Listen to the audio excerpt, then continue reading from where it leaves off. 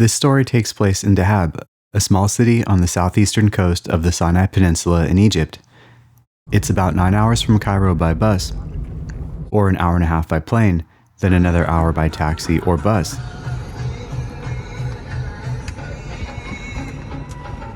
Dahab in Arabic is spelled Dal-E-Be. The short vowel is pronounced like A in cat. Dahab, meaning gold, is the colloquial variation of the formal Arabic dhahab. It also derives from the simple verb dhahaba, which means to go. Dahab could be a reference to the golden color of the mountains that surround the city, or the color of the sea that is said to turn gold after seasonal floods. Another story attributes the name to the Mazina Bedouin, the indigenous people of the area who supposedly called the area Waq Dahab, which translates to something like time goes. This expression was then supposedly shortened to Dahab, which morphed into Dahab. But who knows? I couldn't find any reliable sources or citations. Dahab's tourist origins began in the 1970s, when Israel occupied the Sinai Peninsula after the 1967 war. Hippies flocked to the region looking for an exotic Orientalist fantasy. During the Israeli occupation, tourists turned Dahab into a haven for nude sunbathing and hiking. Bedouins reported concerns to Israeli and Egyptian authorities about tourist behavior, so in the 1980s, the Egyptian government began regulating the activities of foreigners, prohibiting nudity, and imposing a ban on hiking. I wasn't really interested in getting naked in Dahab, but I did return in order to go on some possibly prohibited mountain hikes. To prepare for the hikes, I stopped by the Neptune bookstore so I could purchase a guidebook on hiking routes and Egyptian birds. The shop features books in English, Russian, and Arabic. It also sells locally made gifts and postcards you can get for your pals, but I don't have any friends, so I guess I suck. For the 9 days I was there, I stayed at Skyrock in a cozy studio apartment. Skyrock is located in the Asala region of Dahab. Asala offers easy access to the major wadis for hiking. I visited during the season of Al-Kez, known as the terrible summer, the scorching period that lasts from June until October. This means no rain and temperatures range from 80 to 100 degrees. Not that there's ever any rain because the annual rainfall is around 9 millimeters. The first night in Dahab, I ventured into a nearby wadi to test myself in the heat. It was punishing even at sunset. I would have to suffer. I left Skyrock at sunrise. I needed to begin hiking as early as possible to reduce sun exposure.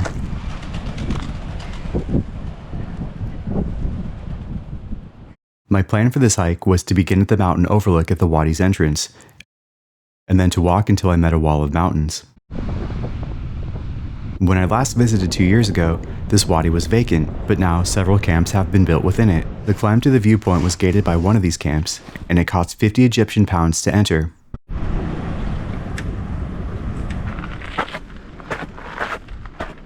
The stairs lead to a view of the city below, and the shrouded Saudi coast to the east. Now I had to walk back down and make my way into the wadi. I wanted to find as many weird creatures as possible, and to identify all the plants along the way. One of the most common plants I encountered was the dried out Abyssinian comet plant. I also found many acacia trees in all kinds of stages of growth. But then my morning took an unexpected turn, taking me out of the Bedouin Moon Wadi and a few miles north. A man stopped his truck to suggest hiking routes along the wadi. Then he invited me to join him on a hike he had planned for the morning. Hi, I'm Muhammad and Umar. I'm from Dahab, Sinai. We're going to hike in a very nice valley on the way from Bihal. So we're going to see all Dahab from the top and see the special color of the Sinai mountain. What you can see like 4 or 5 colors at the same time, and watch Dahab from the top will be amazing. And I'm very happy to share with you the beauty from my home. Nice to meet you. The terrain here contrasted the flat and spacious course of the Bedouin Moon. The path to the mountains was winding and narrow with steps up and down small rock shelves. The rocks were a mix of granite and basalt.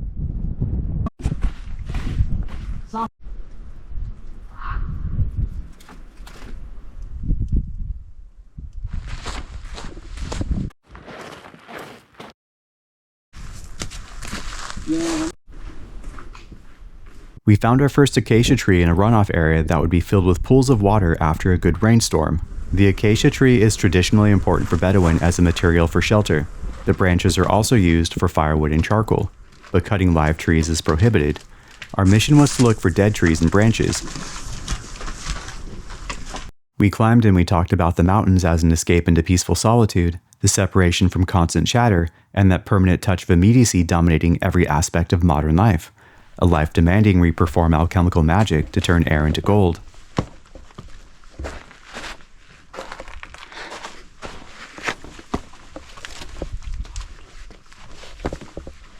Oh wow, that's amazing over there.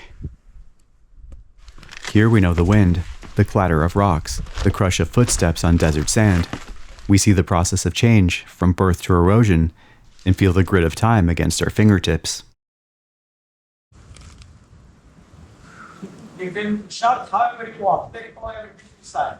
Muhammad told me his interest in geology began 5 years ago. He was driving back to Dahab from Cairo and stopped at St. Catherine for a short rest. Intrigued by the rocks around him, he observed their variation. He said his mind went blank and all of his stress disappeared. 5 hours passed like a minute.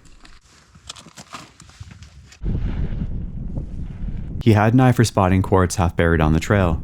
We found gold deposits embedded in the hills we were descending. The mountains are loaded with minerals because of the Precambrian age of the rocks. Muhammad exited the wadi ahead of me to give me some time to explore.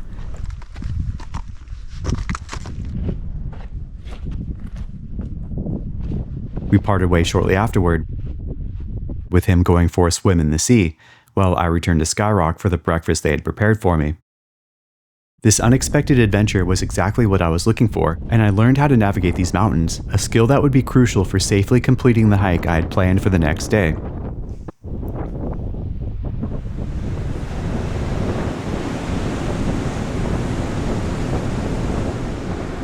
I woke at 3:30 a.m. to start hiking just before sunrise. The forecasted temperature was 97 degrees. During these early hours, the streets are ruled by the domesticated animals that live in the city. The cats are always friendly, and the goats that roam the streets just want to eat garbage in peace. The dogs, however, can be fairly frightening. A large population of street dogs live on the outskirts of Dahab. They are territorial and aggressive. I was attacked by a dog when I was a little kid, so I've always been a little cautious around them. Near the entrance of the wadi, a group of dogs began to follow and bark at me. I had to walk backwards, facing the dogs. If I turned my back to them, they moved closer. All but one of the dogs lost interest, but it followed me for a significant distance. This made me a little anxious and reminded me I wasn't really sure if I was permitted to even be in these areas. Foreigners are not permitted off the main road without a guide. Prior to leaving, I asked locals if hiking solo would be a problem. Everyone told me it's okay in the areas near Dahab, but I wasn't really convinced. I didn't want to end up detained as a suspected smuggler or something. Today's hike started in Wadi Beta, located on the western edge of Dahab.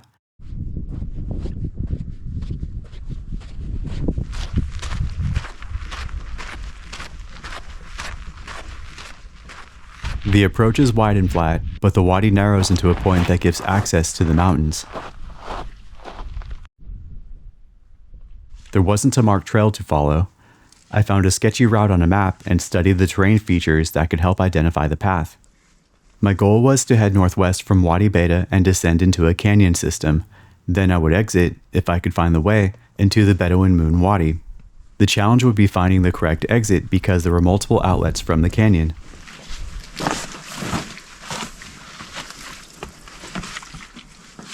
Sometimes the route into the mountains wasn't plainly evident. I'd have to scout around until I found a path that looked like it was safe and going in the right direction.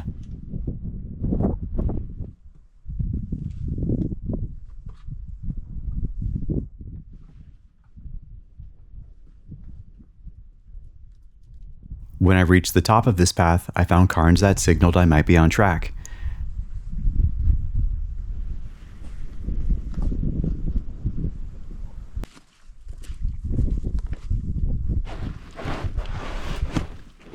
The route was through a gully that led to a panoramic view of the western mountains bordering the canyon.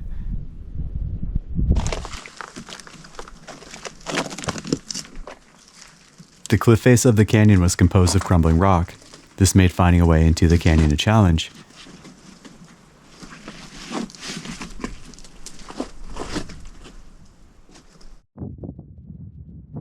I think that might be the best option for getting down into that little stream bed. But man, it's kind of sketchy. There's loose rocks everywhere. And if this doesn't work, I'm gonna go back down that other way, see if that works out better. It was all right, just some of the rocks were crumbling on me when I was going down there, and definitely don't want to break my leg out here. That would be interesting. Rally ho.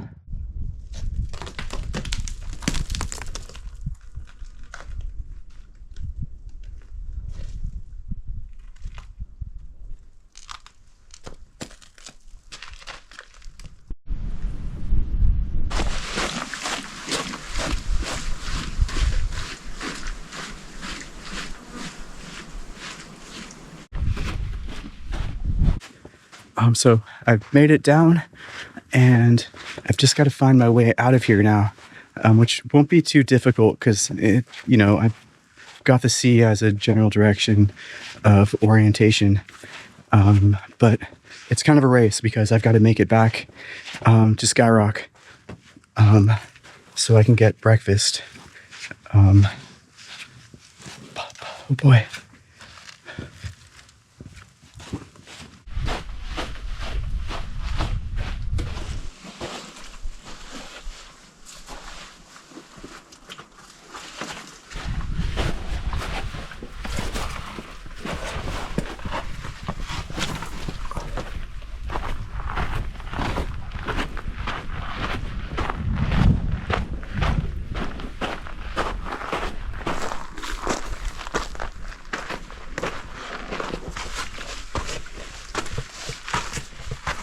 The section to the right looks easier to climb, but the combination of scree and sand made it difficult to secure footholds.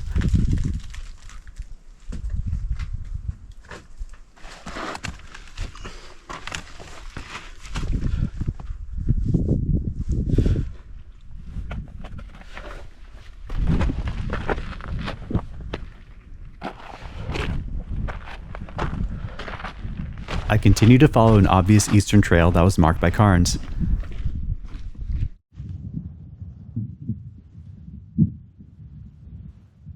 I scraped myself on the rock back there, so I'm going to patch myself up really quick and then get going. I think I have about an hour and a half to get back to Skyrock, so I really got to get moving.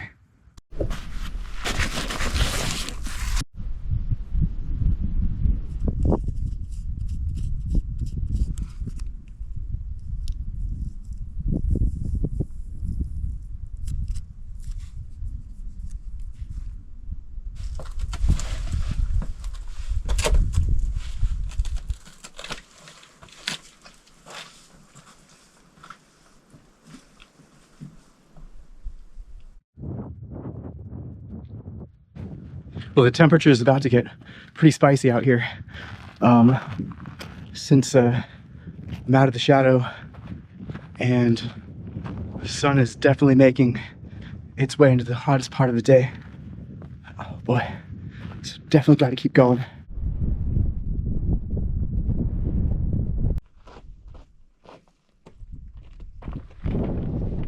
I can see the sea down there in the distance, so all I have to do is descend from this point and then head east, and then I should be near Muhammad's camp. Though let's see, I hope my directions aren't totally off.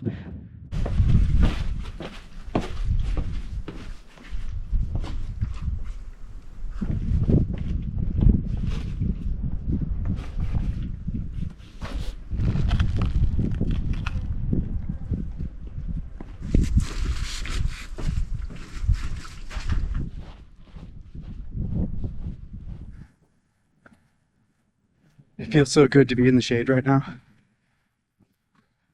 Such a huge difference from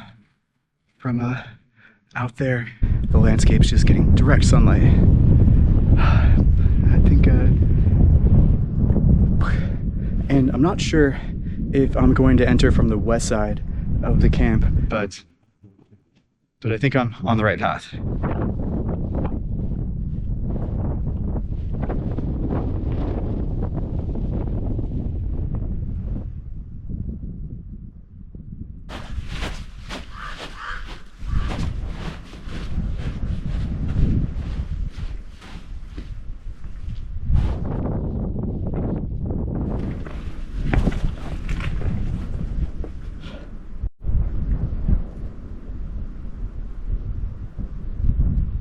I definitely took a wrong turn somewhere.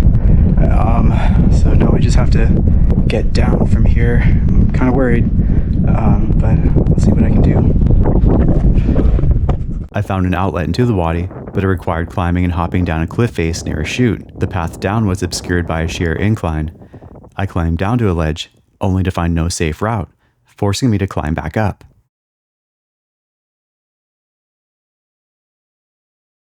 This resulted in accidentally smashing my head into a rock as I pulled myself up. Not that I would intentionally smash my head or anything. That would be weird. So I definitely took a wrong turn, and I'm not going down that path. I climbed a little, then had to up climb, and definitely smacked my face. As you can probably all see, it probably looks gruesome. But I've got to clean that and then backtrack, and then I'm gonna go head west, and then try to go south from there and see if I can do it. I relied on my compass for an exact bearing away from the chute. I tended to go north when I needed to go west, then south for the proper exit.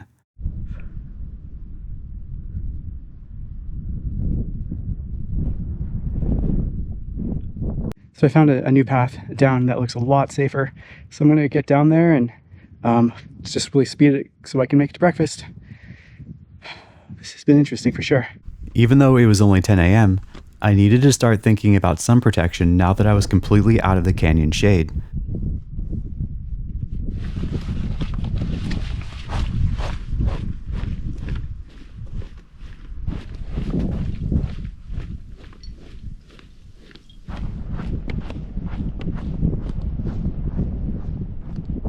I survived this adventure and arrived in time for breakfast.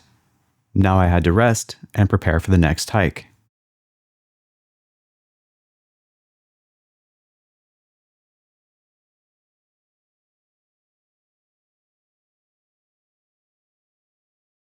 The next adventure was supposed to be a coastal walk from Dahab to the Blue Hole, followed by a hike through Ras Abu Ghulum, where I was supposed to stay for 2 nights.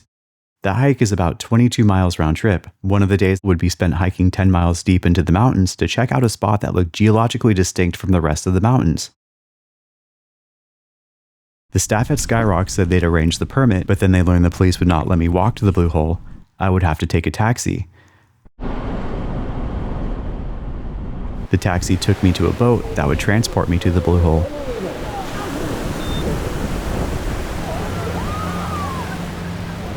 Before I left the US, I tried to research the viability of this hike. I had concerns about the permissibility of being off the main roads. I knew I needed a permit for the Blue Hole. I contacted the local dive shops about the necessary procedures. Some people said they had no idea what to do. Others said there was no problem. And a few suggested that I sneak past the checkpoints early in the morning.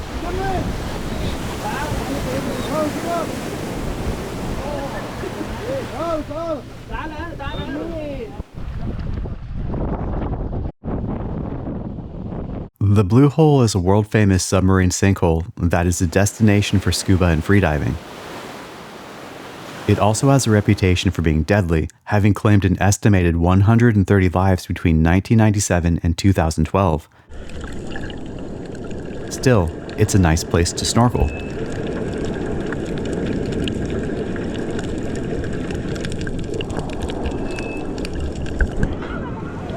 I was told I could do the rest of the hike from the Blue Hole without anyone hassling me. The trail to Ras Abu Ghulum began at a set of stairs by the diver memorial, and then it descended to the shore. The coastline was completely exposed, and the temperature was already in the 90s by the time I began.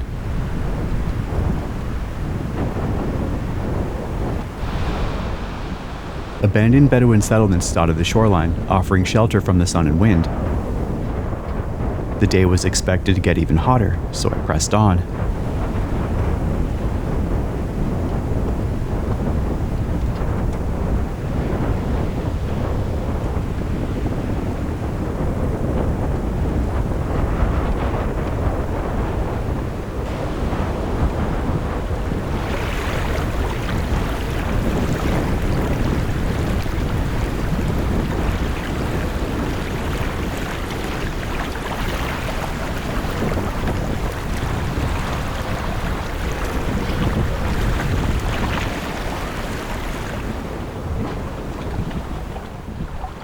Upon reaching Ras Abu Ghaloum, a man at the trailhead told me that I wouldn't be able to continue the hike.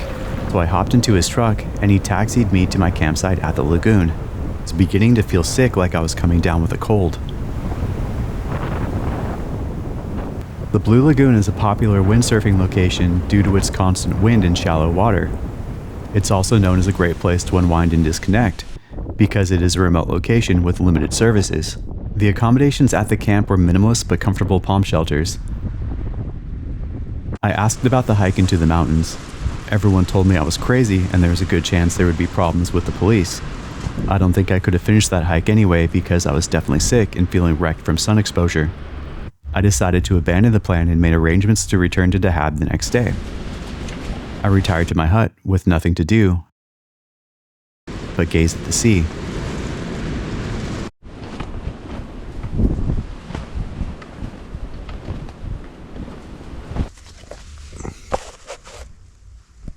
I tried to read one of Anita Bruckner's novels, but the suffocating loneliness of her characters felt too real, unresolvable, and too close. I imagined myself as a shipwrecked sailor, scanning the ocean for any sign of rescue, as if just beyond the shallows there was a sunken vessel, releasing meager treasures into the current. Meager, but treasure all the same. How wrong were you when you were young, to think of yourself as Ulysses, or one of the Argonauts, or a legionnaire penning letters to someone far away? Not that any of this was really what you wanted. This wasn't the boundlessness of those mountain hikes where the horizon beckoned discovery. The silence on the shore was not quietude, but a border that could not be crossed without invitation. And there was no invitation coming. Not here or at home. There was just the sea, and nowhere to go.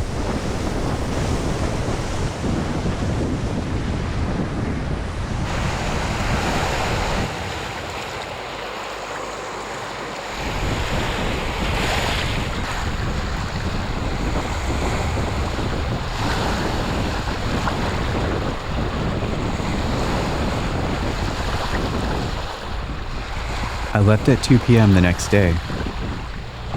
The boats operate at high tide because the shallow reefs can trap the boats.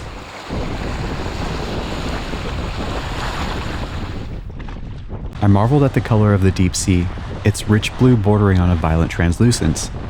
Yet the color was dense, so dense I felt I would be dashed into a million pieces if I attempted to dive through its surface. In the masthead chapter of Moby Dick, Melville warns against the romantic speculation on set by the hypnotic undulation of the sea, telling the absent-minded philosopher sailor to be cautious of every strange, half-seen, gliding beautiful thing that eludes him, that there is no life in thee now, except that rocking life imparted by a gently rolling ship. By her, borrowed from the sea, by the sea, from the inscrutable tides of God. But while this sleep, this dream is on ye, move your foot or hand an inch, slip your hold at all, and your identity comes back in horror.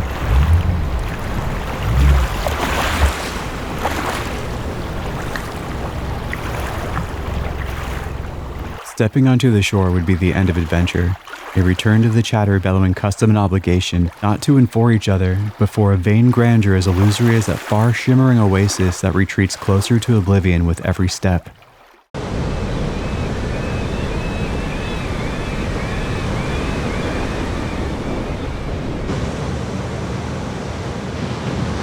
I left Dahab to spend the weekend at a charm resort. I wasn't really feeling well, so I chased hoopoes around the garden and snorked in the shallow sea.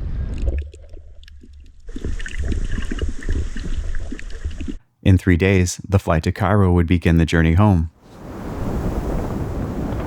There was time for one last sunrise, to lean into the golden sky for a moment, just a moment, before turning from the edge of the world.